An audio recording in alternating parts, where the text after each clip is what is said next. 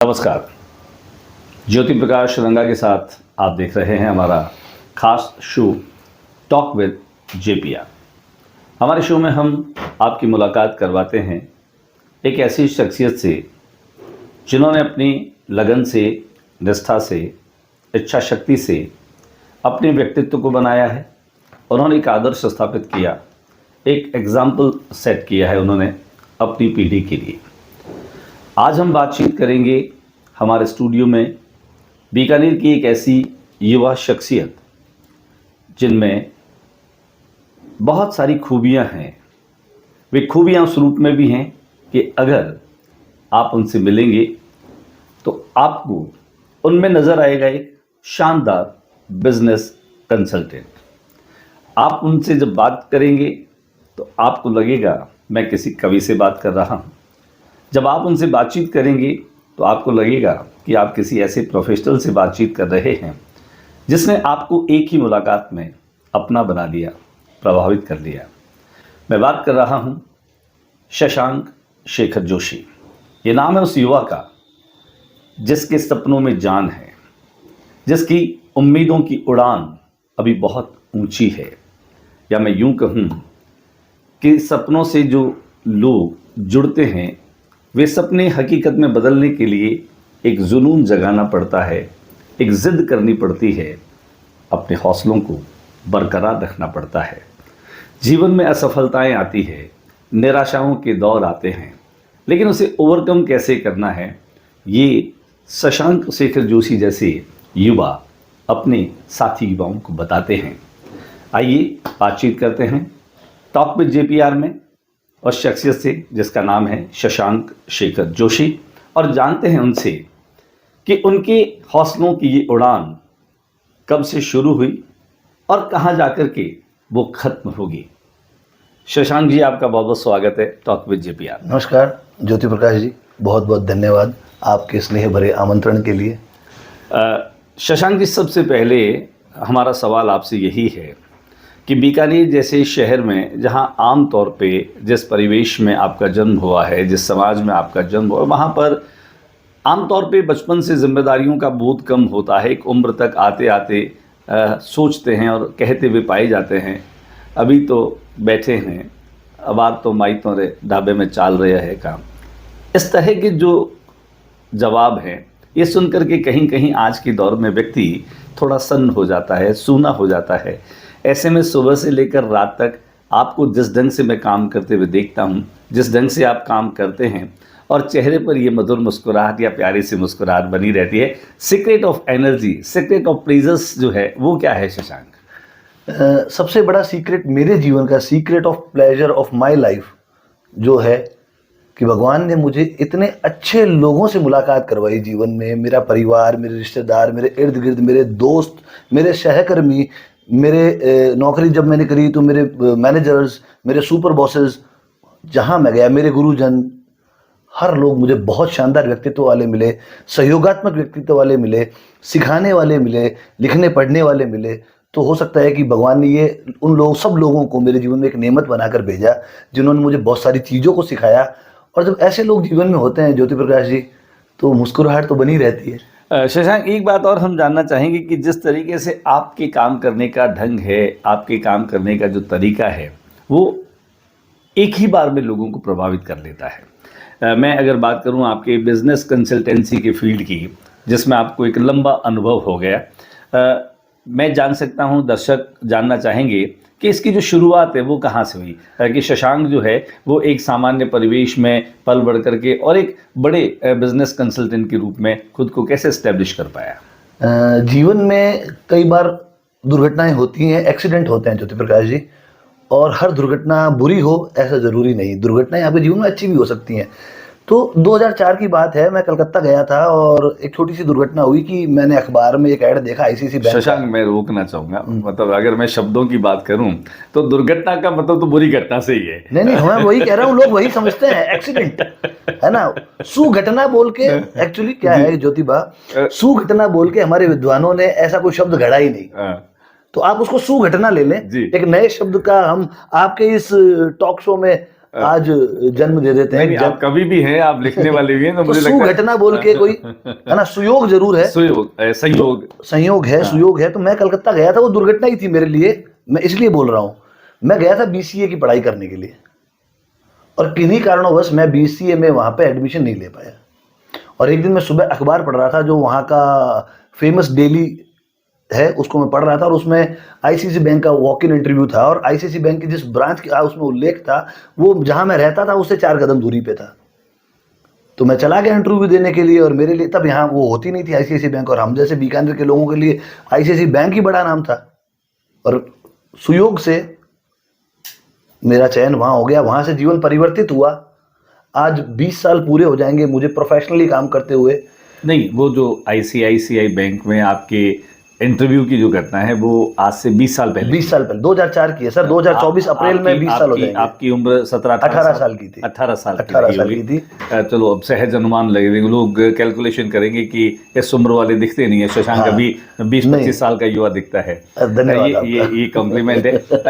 18 साल के आप थे, 20 साल आपको इस फील्ड में, फिर चयन का क्या आधार रहा? किस तरह का चयन, किस पोस्ट के लिए आप? मैं गया था, सेल्स एंड मार्केटिंग का उनके पास काम था। एक पोस्ट होती थी बहुत छोटी सी, मार्केटिंग रिसर्च एग्जीक्यूटिव।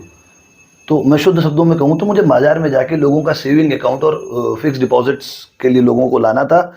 मैं गया था, मैंने सोचा ठीक है, मेरा बीसीए में एडमिशन नहीं हुआ, मैं वापस बीकानेर चले जाऊंगा 2 महीने काम करके, और 2 महीने में कुल 4-5 हज़ार रुपए मुझे यहाँ से मिल जाएंगे, तो घूमना भी हो जाएगा और पैसे भी कमा लूंगा। आम के आम और गुठलियों के दाम। और वो नई जगह थी, बंगाली भाषी क्षेत्र था, मैं राजस्थान से गया हुआ, राजस्थानी मारवाड़ी परिवेश का बंदा।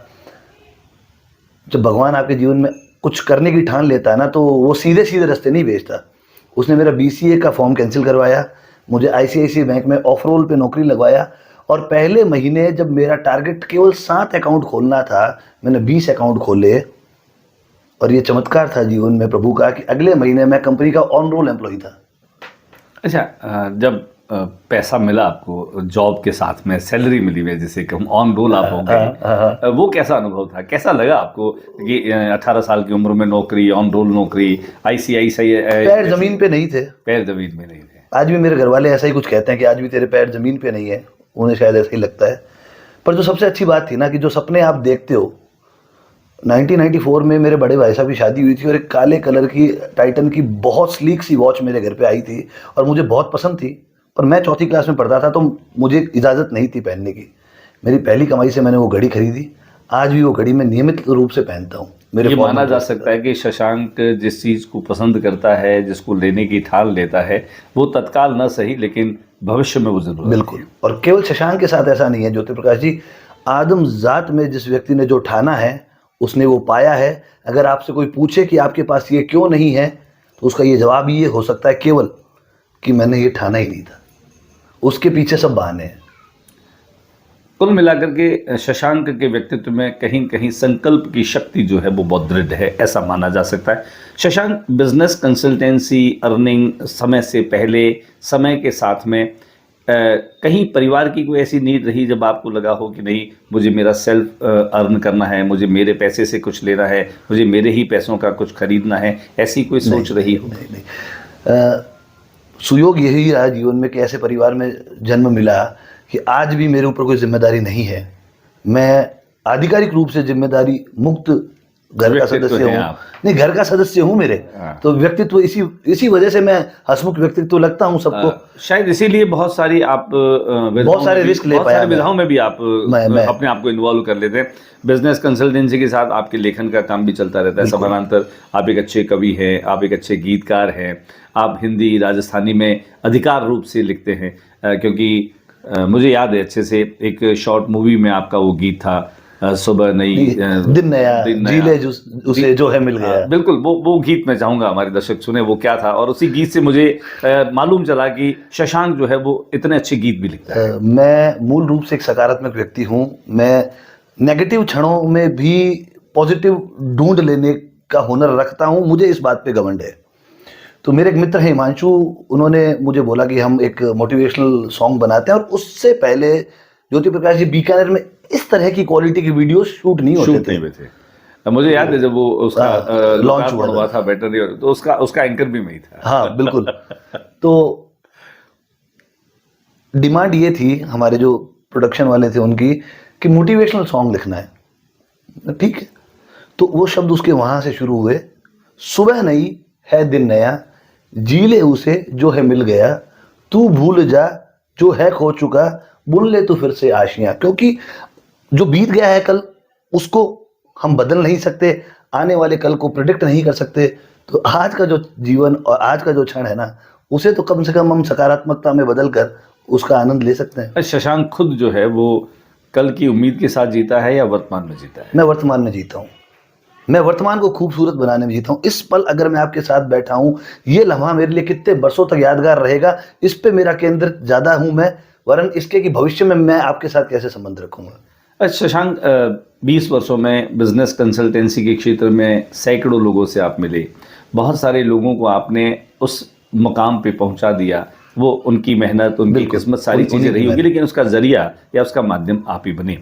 बहुत समय के बाद में आपने सोचा कि इतने लोगों को कंसल्टेंसी देने के बाद में क्यों ना मेरा अपना कोई ऐसा ब्रांड मैं इजाद करूं, लोगों के सामने लाऊं कि मैं खुद एक एम्पायर खड़ा कर सकूं। ये कहाँ से शुरुआत हुई? नहीं, ऐसा नहीं था। उसके पीछे ये सोच नहीं थी कि मैं एम्पायर कैसे खड़ा करूंगा या ब्रांड कैसे बनाऊंगा, ठीक है। ब्रांड तो परमपिता परमात्मा की कृपा से ही बनते हैं।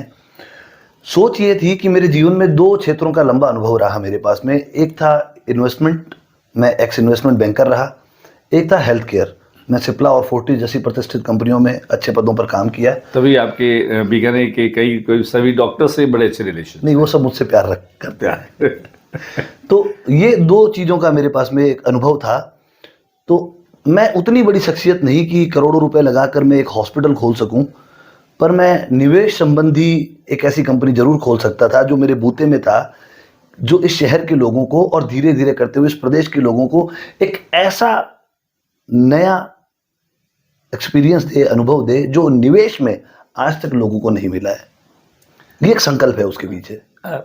दक्ष कंसल्टेंसी के नाम से, जो Daksh secure services private limited company, बिल्कुल आपने इसको लॉन्च किया है। और इसके पहले आपने बीकानेर में रह करके और बहुत सारे ऐसे लोगों को एक कंसल्टेंट के रूप में गाइड किया, निवेश करवाया, लोगों को एक राह दिखाई, बल्कि राह देखते देखते कई लोग तो शिखर पर भी पहुंचे हैं।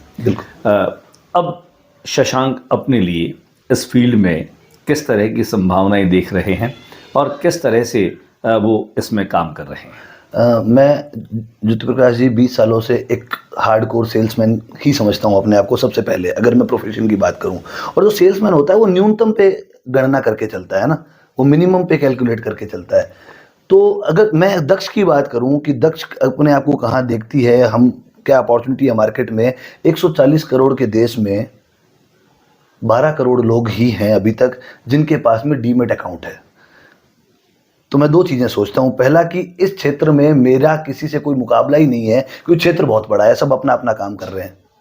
और फिर भी अगर मुझे कोई मुकाबले की बात करता है तो मुझे सलमान खान का वो डायलॉग बहुत पसंद आता है कि सुल्तान का मुकाबला सिर्फ सुल्तान से हो सकता है। सिर्फ सुल्तान से हो सकता है। कहीं कहीं मुझे लगता है कि आपकी ये जो सारी चीज़ें हैं इसमें अघोषित ही सही, लेकिन कहीं कहीं कोई न कोई प्रेरणा होती है, कोई न कोई आपके लिए इंस्पिरेशन होती है।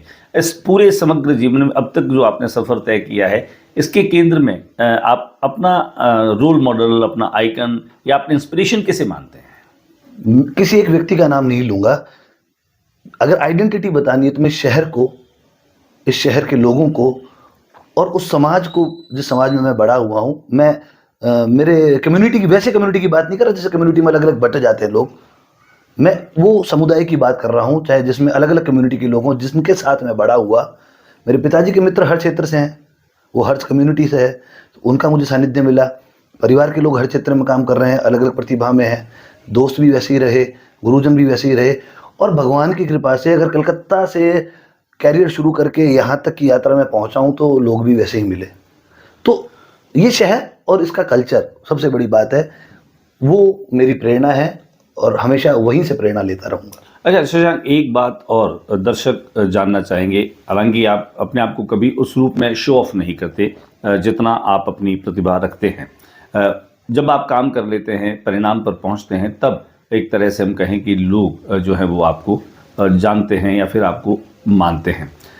बिजनेस कंसल्टेंसी की बात करूं मैं या सृजन की बात करूं, जब आप लिखने बैठते हैं, अपने रचना कर्म की ओर बढ़ते हैं, क्या आपका रचना कर्म जो है और आपकी जो बिजनेस कंसल्टेंसी, दोनों क्षेत्र विरोधाभासी नहीं है? एक तरफ जहां आपको बिल्कुल निष्ठुर और क्रूर होकर के अपने आर्थिक लाभ के लिए किसी को कंसल्ट करना होता होगा, और दूसरी तरफ बिल्कुल एक इमेजिनरी दुनिया में जाकर के, जहाँ एक फंतासी दुनिया है, जहाँ एक वायवीयता है, जहाँ पर आपकी कुछ अनुभूतियाँ हैं और उनके साथ फिर आपको जुड़ना होता होगा। तब इन दोनों में कैसे आप न्याय कर पाते हैं, कैसे बैलेंस करते हैं दोनों? सबसे पहली बात तो मैं ये बताना चाहूँगा कि मेरे लिए दोनों बिल्कुल भी विरोधाभासी नहीं है। जिस तरह से कविता सृजन का विषय है, वैसे ही मेरे लिए बिजनेस और उसकी कंसल्टेंसी, मार्केटिंग और उसकी कंसल्टेंसी सृजन का विषय है। मेरे जिन ब्रांड्स के लिए मैंने काम किया है, चाहे नौकरी करी, चाहे बाद में मैं जिनका कंसल्टेंट रहा, हमेशा ये रहा था कि अगर मैं किसी का मार्केटिंग कंसल्टेंट हूँ तो उसके लिए क्या कैंपेन नया लाया जाए जिसमें उसके कस्टमर्स के लिए फ़ायदा हो, उसका ब्रांड इस्टेब्लिश हो और मैं कुछ नया कर सकूँ। अभी कुछ दिन पहले आप खुद गवा रहे हैं, G20 आधारित हमने जो समिट रखा था, वो उसी तरह का एक नव सृजन था। वो दक्ष के लिए शशांक जोशी की कंसल्टेंसी थी। अच्छा, मुझे लगता है कि आपके भीतर का जो कवि है या जो आपके भीतर का रचनाकार है, वो आपके बिजनेस में भी कुछ नवाचार लाता है, कुछ नया क्रिएट करता है। बिल्कुल बिल्कुल सही जगह पर आप पहुंचे हैं, सही अन्वेषण किया है आपने। बतौर कलाकार हर बार हो सके मैं अपनी कविता को माध्यम ना बनाऊं, अपने कहानियों को माध्यम ना बना पाऊं, अपनी पुस्तकों को माध्यम ना बना पाऊं, बतौर एक मार्केटिंग और बिजनेस कंसल्टेंट हर बार मैं अपने नव सृजन को, अपनी कल्पनाओं को इस फलक पर उकेरना चाहता हूं जो ज़्यादा से ज़्यादा लोगों तक पहुंचे। शब्द शिल्पी होने के नाते कभी ऐसा मन में आया है कि यार ये कंसल्टेंसी सारी छोड़ छाड़ करके और मैं सिर्फ अपने इसी संसार में खो जाऊं, रम जाऊं, जहां आपको बहुत प्यार है? या मैं यूं कहूं, दोनों में से अगर आपको कोई एक चयन करना पड़े आपके प्यार के रूप में, कि आपका पहला प्यार क्या है? एक बिजनेस कंसल्टेंट के रूप में आप काम करना पसंद करोगे, या फिर अपने आपको किसी कवि, कथाकार, कहानीकार या किसी रचनाकार के रूप में अपने आप को एस्टैब्लिश? जहाँ तक साहित्य के क्षेत्र की बात आती है, मैं अपने आप को कवि ही मानता हूँ और कविता में ही रमना पसंद करता हूँ। कविता मेरा पहला प्यार है, पर मैं कंसल्टेंट इसलिए हूँ क्योंकि मेरे पहले प्यार तक पहुँचने का जरिया कंसल्टेंसी है। मैंने अभी आपको बताया कि मैं अपने साहित्य और अपने रचना कर्म को अपने प्रोफेशन में से जीने की कोशिश करता हूँ। आपको ये जानकर आश्चर्य हो शायद, पिछले 5 साल से ज़्यादा हो गया जब मैंने नौकरी छोड़ी और कंसल्टेंसी बिजनेस में आया, तो मैं एक कंटेंट कंसल्टेंट भी हूँ, घोस्ट राइटिंग भी करता हूँ। मैं पिछले 5 साल में हजारों की संख्या में बतौर घोस्ट राइटर ब्लॉग लिख चुका हूँ, जिसमें मेडिकल के ब्लॉग्स हैं, डॉक्टर्स के ब्लॉग हैं, एक ब्लॉगर, एंटरप्रेन्योर्स के, घोस्ट ब्लॉगर, ठीक है। मैं लोगों की किताबें निकाल चुका हूँ जिनके ऊपर उनके नाम है, वो मेरा पारिश्रमिक मिला है मुझे उसका। तो एज ए बतौर कंसल्टेंट मैं अपनी कला को जिंदा रख रहा हूँ। शशांक, ये कहीं समझौता करना नहीं होता जब आप किसी के लिए अपने विचार जो हैं वो उनके विचारों के साथ आरोपित करते हुए उनके नाम से बाजार में कुछ चीजें देते हो? नहीं, इसमें ऐसा कुछ नहीं है। मेरी शर्त, मैं हमेशा अपने शर्तों पे काम करता हूँ।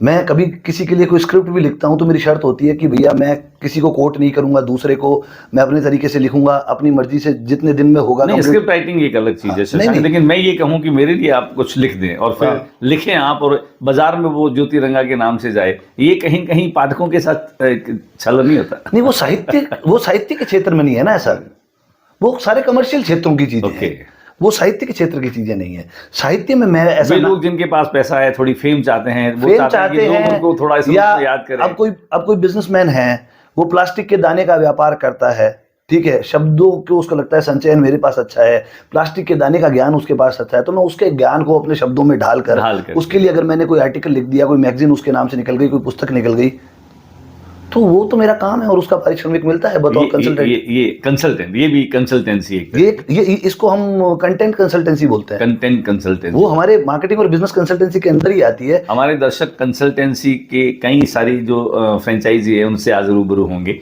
ये अलग अलग तरह की कंसल्टेंसी है। नहीं, जैसे आपने कहा, हमारी मार्केटिंग और बिजनेस कंसल्टेंसी में जब हम कंटेंट पे काम करते हैं, रिटन कंटेंट पे, तो कंटेंट कंसल्टेंसी हो गई। कंटेंट कंसल्टेंसी में भी 2 तरह की होती है।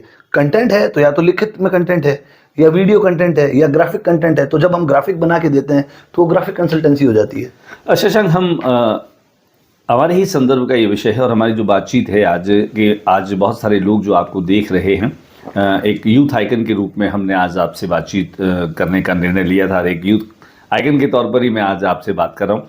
बहुत सारे युवा वो हैं जो चौराहे पर खड़े हैं, दो राहे पर खड़े हैं, उन्हें मालूम ही नहीं कि उन्हें करना क्या है। जबकि मेरा व्यक्तिगत ये मानना होता है कि हर इंसान को ईश्वर ने एक यूनिक आइडेंटिटी और उनकी प्रतिभाओं के साथ इस दुनिया में भेजा है। लेकिन दुर्भाग्य ये हो रहा है कि अभावों से युवा जो है वह पथभ्रष्ट भी हो रहा है, गुमराह भी हो रहा है, और उन्हें टूल बना करके बहुत सारे चतुर लोग, अलग अलग फील्ड के लोग जो हैं वो उनका इस्तेमाल जिस ढंग से कर रहे हैं, जिससे मैं कहूँ कि जो ह्यूमन वैल्यूज़ हैं वो तो कम हो ही रही है, अपराध का ग्राफ बढ़ रहा है, युवाओं में नशे की प्रवृत्ति बढ़ रही है। इन सब हालातों को देख करके एक कवि शशांक, एक संवेदनशील शशांक या फिर एक बिजनेस कंसल्टेंट शशांक के पास कोई ऐसा आइडिया हो जिससे कि वे यूथ जो हैं वह अपनी एनर्जी को एक ऐसी दिशा में लगाए कि उन्हें उपार्जन भी हो, उनका विवेक भी जागृत हो और वे इस समाज और राष्ट्र के निर्माण में अपनी महती भूमिका निभा सके। ज्योति प्रकाश जी, सवाल बहुत महत्वपूर्ण है और मैं वहाँ से शुरू करना चाहूँगा इसका जवाब। आपने बोला कि टूल बना लिया जाता है युवकों को, युवाओं को, लोगों को। किसी भी व्यक्ति के जीवन में सबसे बुरा यह है कि वह किसी और का टूल बन जाए। सबसे पहले तो उसको इससे बच के रहना चाहिए। उसके बाद भी अगर आप टूल बनो तो चंद्रगुप्त मौर्य की तरह किसी चाणक्य के टूल बनो ताकि साम्राज्य के शिखर पे पहुंच पाओ। Very good. तो टूल बनना है तो पहले अपने लिए चाणक्य ढूंढो, या हम सनातन संस्कृति के लोग हैं, पहले वैसा गुरु ढूंढो जो आपको सफलता के सर्वोच्च शिखर पे ले जाए, पहला। दूसरा कि लोग दोराहे पे खड़े हैं, रोजगार की समस्या है। एक तरफ हम बहुत संजीदगी से, चाहे राजनीति में, चाहे सामाजिक स्तर पर, चाहे पारिवारिक स्तर पर, ये बात करते हैं कि आजकल युवाओं के लिए रोजगार उपलब्ध नहीं है। एक तरफ देश की दिग्गज कंपनियां, बड़े बड़े कॉरपोरेट घराने ये कहती है कि स्किल्ड लेबर की और स्किल्ड स्टाफ की कमी है। ना उन्हें अपने मन के अनुसार कर्मचारी मिल रहे हैं, ना लोगों को अपने मन के अनुसार नौकरी मिल रही है। इसमें भी मैं युवाओं को कहना चाहूँगा, आपके जीवन के पथ में जो मिले उसे अपनाते चले जाओ, क्योंकि कब क्या चीज़ आपके जीवन की स्किल बन जाएगी। तो स्किल्ड लेबर की जब हर जगह ज़रूरत है तो सबसे पहले आपको एक स्किल्ड योद्धा के रूप में खुद को तराशना पड़ेगा। आपके पास में सब तरह के हथियार, सब तरह के वेपन होने चाहिए। आज की तारीख में शशांक शेखर जोशी जाके एक मेडिकल रिप्रेजेंटेटिव का काम कर सकता है, वो एक मार्केटिंग कंसल्टेंट का बतौर एक हॉस्पिटल मार्केटिंग कंसल्टेंट का काम कर सकता है, वो जाके लोगों के डीमेट अकाउंट, बैंक अकाउंट खोल सकता है। मैं बैठकर आपके लिए स्क्रिप्ट लिख सकता हूँ, मैं बैठकर आपके लिए वीडियो शूट कर सकता हूँ, उसको एडिट कर सकता हूँ, मैं आपके लिए ग्राफिक डिजाइन कर सकता हूँ। इतनी क्वालिटी का होना शशांक गीत तो कहीं कहीं मुझे लगता है कि एक इनहरेंट एबिलिटी जिसे ईश्वर देता है, इतनी एबिलिटीज़ को डेवलप या तो करने के लिए बहुत वक्त ज़ाया करना पड़ेगा, या किसी अनुभवी और जानकार व्यक्ति की हमें संगति करनी पड़ेगी, उससे कुछ सीखना पड़ेगा। जो आदमी मैं कहूँ कि डूइंग बाय लर्निंग, करने के बाद सीखने की जो परिस्थितियाँ वो कम लोगों में होती है। हो सकता है कि आपने हर काम को पहली बार किया और करने के बाद आपने अपने भीतर एक रुचि पैदा करी और फिर आपने उसी फील्ड में आगे जाकर के और वो मकाम हासिल कर लिया, और उसके बाद आज आप इस बात को लेकर के विश्वस्त और आश्वस्त हैं कि आप जिस फील्ड में भी जाएंगे आप उस काम को कर गुजरेंगे। यहाँ तक आने के लिए भी बहुत मेहनत करनी पड़ी आपको। ऐसा सोचते कम है लोग, और युवाओं को ऐसा सोचने के लिए क्या करना चाहिए? मैं ये कह दूं कि उसे उन लोगों को इस तरफ सोचने के लिए भी क्या करना है? पहले तो इस तरह का करने के लिए सबसे पहले उनको अपनी छटपटाहट पे काबू रखना चाहिए। आज आपसे ये संवाद करने के लिए मुझे 20 वर्ष लग गए। ये 20 वर्षों का धैर्य मुझे इस परिचर्चा में, इस वीडियो में ज्योति प्रकाश जी के सामने बिठा रहा है। अगर ये इस 20 वर्षों का धैर्य नहीं होता तो मैं आपके सामने नहीं बैठा होता। ये पहली बात। दूसरी कि करके फिर सीखा जाए, ठीक है, वो मेरा उदाहरण हो सकता है। सीख के तो किया जा सकता है, सीख के किया जा सकता है। आप किसी भी एक स्किल को अपने आप डेवलप करो। ग्राफिक मत डिजाइन करो, कंटेंट मत लिखो, वीडियो मत बनाओ, कोई एक स्किल आप जीवन में मुझे एक ऐसा प्रोफेशन बताएं, एक ऐसा व्यापार बताएं, एक ऐसा काम बताएं जिसमें शिखर पर पहुंचे हुए लोगों की गिनती भी ना हो और फेल हुए लोगों की गिनती भी ना हो। हर क्षेत्र में दोनों तरह के, सब तरह के लोग मिलेंगे। तो बात यही आती है जहां से हमने शुरू करी, रोजगार उन्मुख। आपको अपने आप में स्किल्स डेवलप करनी पड़ेगी। बतौर आप एक खिलाड़ी अपने आप को डेवलप करो। आप देश के लिए नाम कमाओ, शहर के लिए कमाओ, घर वालों के लिए कमाओ और उसके साथ में धनोपार्जन भी करो। आजकल तो आउट ऑफ टर्न जॉब भी दे रही है गवर्नमेंट। अगर आप ओपन टूर्नामेंट्स में जाते हो और उसमें भी स्टेट में जीतते हो तो 1-1 लाख रुपए तक का आपको हाँ, उसमें या आप पुरस्कार खेल मिलता के है। क्षेत्र में कुछ ऐसा करें कि आपका नाम हो जाए, भले ही बिल्कुल। वो तेंदुलकर की तरह हो, भले ही वो विराट कोहली की तरह हो, बिल्कुल हो। जिन्होंने एकेडमिक कैरियर जिनका बहुत बड़ा नहीं है, बिल्कुल। लेकिन आज वे किसी बड़े बिजनेसमैन और उनकी तरह उनकी एक लग्जरी लाइफ को हम देख सकते हैं, लेकिन उनका डेडिकेशन खेल के मैदान में, उन्होंने उस फील्ड में अपने आप को शिखर पर पहुंचाया है। नई बात मैं ये जोड़ना चाहूँगा ज्योतिबा, हम बड़े आइकन को देखकर बड़ा बनना चाहते हैं और फिर धीरे धीरे हमारे पीछे ये बात गिर करने लगती है कि सचिन तो करोड़ों में एक निकला, युवराज तो करोड़ों में एक निकला, अभिनव बिंद्रा, विश्वनाथन आनंद, तो हम छोटे छोटे लोगों को अपने आइकन क्यों नहीं बना सकते? हम अपने आसपास के लोगों को, आपने पूछा आज कि मेरी प्रेरणा कौन है, मैं कहता हूँ ये शहर है। अगर कोई खिलाड़ी बनता है वो श्याम सुंदर को अपना आइकन क्यों नहीं बनाता? श्याम सुंदर स्वामी, ओलंपिक में कंडीशन जी के बाद में शहर का प्रतिनिधित्व करने वाला। पंकज, जिसके दोनों हाथ नहीं है, he is the best swimmer, out of turn उसने जो नौकरी मिली है उसको। बिल्कुल, ये आसपास के लोग हैं जिनको आसपास देख के लोग करके हैं, सीखा जा जो सकता हम में से निकले हैं। हमें बड़े उदाहरण देने की जरूरत नहीं है, बड़े उदाहरण देखने की छोटे जरूरत छोटे लोगों को, जैसे मैनेजमेंट में कहा जाता है छोटे छोटे गोल बनाएं, उन्हें अचीव करें, फिर आगे बढ़ें। वैसे हम प्रेरणा भी छोटे छोटे लोगों से ले सकते हैं ना। प्रेरणास्पद व्यक्ति ढूंढने के लिए हमें किसी बड़े आइकन का चेहरा खोजने की जरूरत नहीं है। मैं तो आपसे भी प्रेरित होता रहता हूँ कि मैं आपके जितना वाक चातुर्य मेरे भीतर क्यों नहीं है। वो तो मुझसे ज़्यादा है शशांक आप, और अच्छा बोलते भी हैं, अच्छा लिखते भी हैं। शशांक, दक्ष सिक्योर सर्विसेज प्राइवेट लिमिटेड, अब जिसकी बड़ी जिम्मेदारी आप पर है, कितने लोगों की टीम है आपकी ये और किस तरह से ये काम कर रही है? अगर मैं बीकानेर की बात करूँ तो डायरेक्टली हम 6 लोग इसमें हैं, और बीकानेर के बाहर बात करूँ तो 4 हमारे लोग और हैं इसमें। थोड़ा सा मैं इसकी जानकारी दे दूं। दक्ष चूंकि बीकानेर के लिए नया नाम है, उसका मैं आपको उसके बैकएंड में बता दूं। हमारी ग्रुप कंपनीज में 2 और कंपनियां हैं। एक हमारी बैंगलोर बेस्ड कंपनी है जिसका 1200 करोड़ से ऊपर का एसेट अंडर मैनेजमेंट है। मतलब हमारी वो कंपनी 1200 करोड़ से ज़्यादा का पैसा संभाल रही है लोगों का। क्या बात है। कलकत्ता में एक हमारी कंपनी है सिंसियर एंड सिक्योर सर्विसेज, वो हम वहाँ 550 करोड़ के आसपास संभाल रहे हैं लोगों का, अलग अलग टूल्स में, म्यूचुअल फंड्स में, डीमेट्स में, पीएमएस में, एआईएफ में, बॉन्ड्स में। लेकिन हम ये चाहते हैं कि दक्ष जो यहाँ की बात करता हूँ। नहीं, हम आगे नहीं जा सकते ना, हम तो एक ही घर के हैं, लोग हैं, हम एक साथ जुड़े हुए हैं। दक्ष उसी में से निकल के आया है, राजस्थान और उसकी पेरिफेरी में, उसी फैमिली का एक हिस्सा है। उसी हम ये राजस्थान को डेडिकेटेडली काम करने के लिए नया ब्रांड लेके आए हैं। और आप यू वोंट बिलीव कि 2 महीने की हमारी आधिकारिक यात्रा में हम 100 करोड़ के नजदीक पहुंच गए हैं। क्या बात है, बधाई आपको बहुत बहुत। फिर 100 करोड़ पूरा होगा फिर हम आपसे ऑफिशियल बधाई लेंगे। बिल्कुल, हम एडवांस में बधाई देते थे। अच्छा, इस काम के पीछे बहुत समय लगाना पड़ता होगा, बहुत सारे लोगों से मिलना होता होगा, पूरा दिन भर जब आप इस फील्ड में अपने आप को खपा देते हैं, फिर जो आपका एक और प्यार है जिसे आप कहते हैं कि ये तो पाथ है आपका उस प्यार तक पहुंचने का, फिर आप उस प्यार से कब मिलते हो लिखने वाले? मैंने हमेशा मस्त मौला ज़िंदगी जी है और खुद से भागता रहा हूँ। दक्ष के आने के बाद में शायद मैं अपने करीब ज़्यादा आया हूँ। अभी सुबह 6 बजे उठने से लेके और रात को 12 साढ़े 12 बजे तक अपने ऑफिस में रहना, ये खुद से करीब आना है। जब मेरे बाकी सहकर्मी दक्ष के ऑफिस से 6 साढ़े 6 7 बजे शाम को चले जाते हैं तो मैं बाद में बैठ के अपना कंसल्टेंसी वाला काम, अपना राइटिंग वाला काम, अपना सृजन वाला काम कर रहा होता हूँ। तो मेरी जो सामाजिक जीवन था पहले वाला, उसमें बहुत बड़ी मुझे कटौती करनी पड़ी है। तो कुछ पाने के लिए कहीं किसी चीज़ की बलि देनी पड़ेगी। ठीक बात है। एक समाज में खुद की मैं कहूँ कि एग्जिस्टेंस को बनाए रखने के लिए, समाज को कुछ देने के लिए, क्योंकि ये सारी चीज़ें इसीलिए मिस करें कि समाज को आपको कुछ देना है और आप समाज को देने की एक इच्छा शक्ति रखते हैं, क्योंकि हमने जो पाया वो यहीं से पाया है और हमें जो देना है वो यहीं पर देना है, क्योंकि साथ हमें कुछ लेकर के जाना नहीं है। जाते जाते हम शशांक से उसकी पसंद आ रही हूँ, तो सृजन कोई भी कैसा भी क्यों ना उसका अपना प्यारा होता है। जैसे एक पिता की सारी औलाद उसे बहुत प्यारी होती है, इसलिए ये कम प्यारा है ये, क्योंकि वो सब उसी से उद्भूत होती है। तो मुझे लगता है कि वो उसके सृजन की जो एक प्रसव वेदना की तरह चीज़ें होती है, जो उसके भीतर की छटपटाहट से, उसके खूब सारे अनुभवों से बाहर आती है। कोई ऐसी कविता जो आपके दिल के बहुत करीब हो, जो युवाओं को प्रेरित कर सकती हो, वो हम सुनना चाहेंगे जाते जाते। बिल्कुल, मैं चूँकि राजस्थानी और हिंदी दोनों में बराबर लिखता हूँ, पर जब पब्लिकली मुझे कविता सुनाने का अवसर मिलता है तो मैं चाहता हूँ मैं राजस्थानी कविता सुनाऊँ, अपनी मायड़ भाषा में अपनी बात सुनाऊँ। तो जैसा मैं इस शहर और अपने पुरखों के लिए बहुत चिंतित रहता हूँ, तो मैं जो युवाओं को आज संदेश देना चाहूँगा वो मेरी राजस्थानी कविता में है।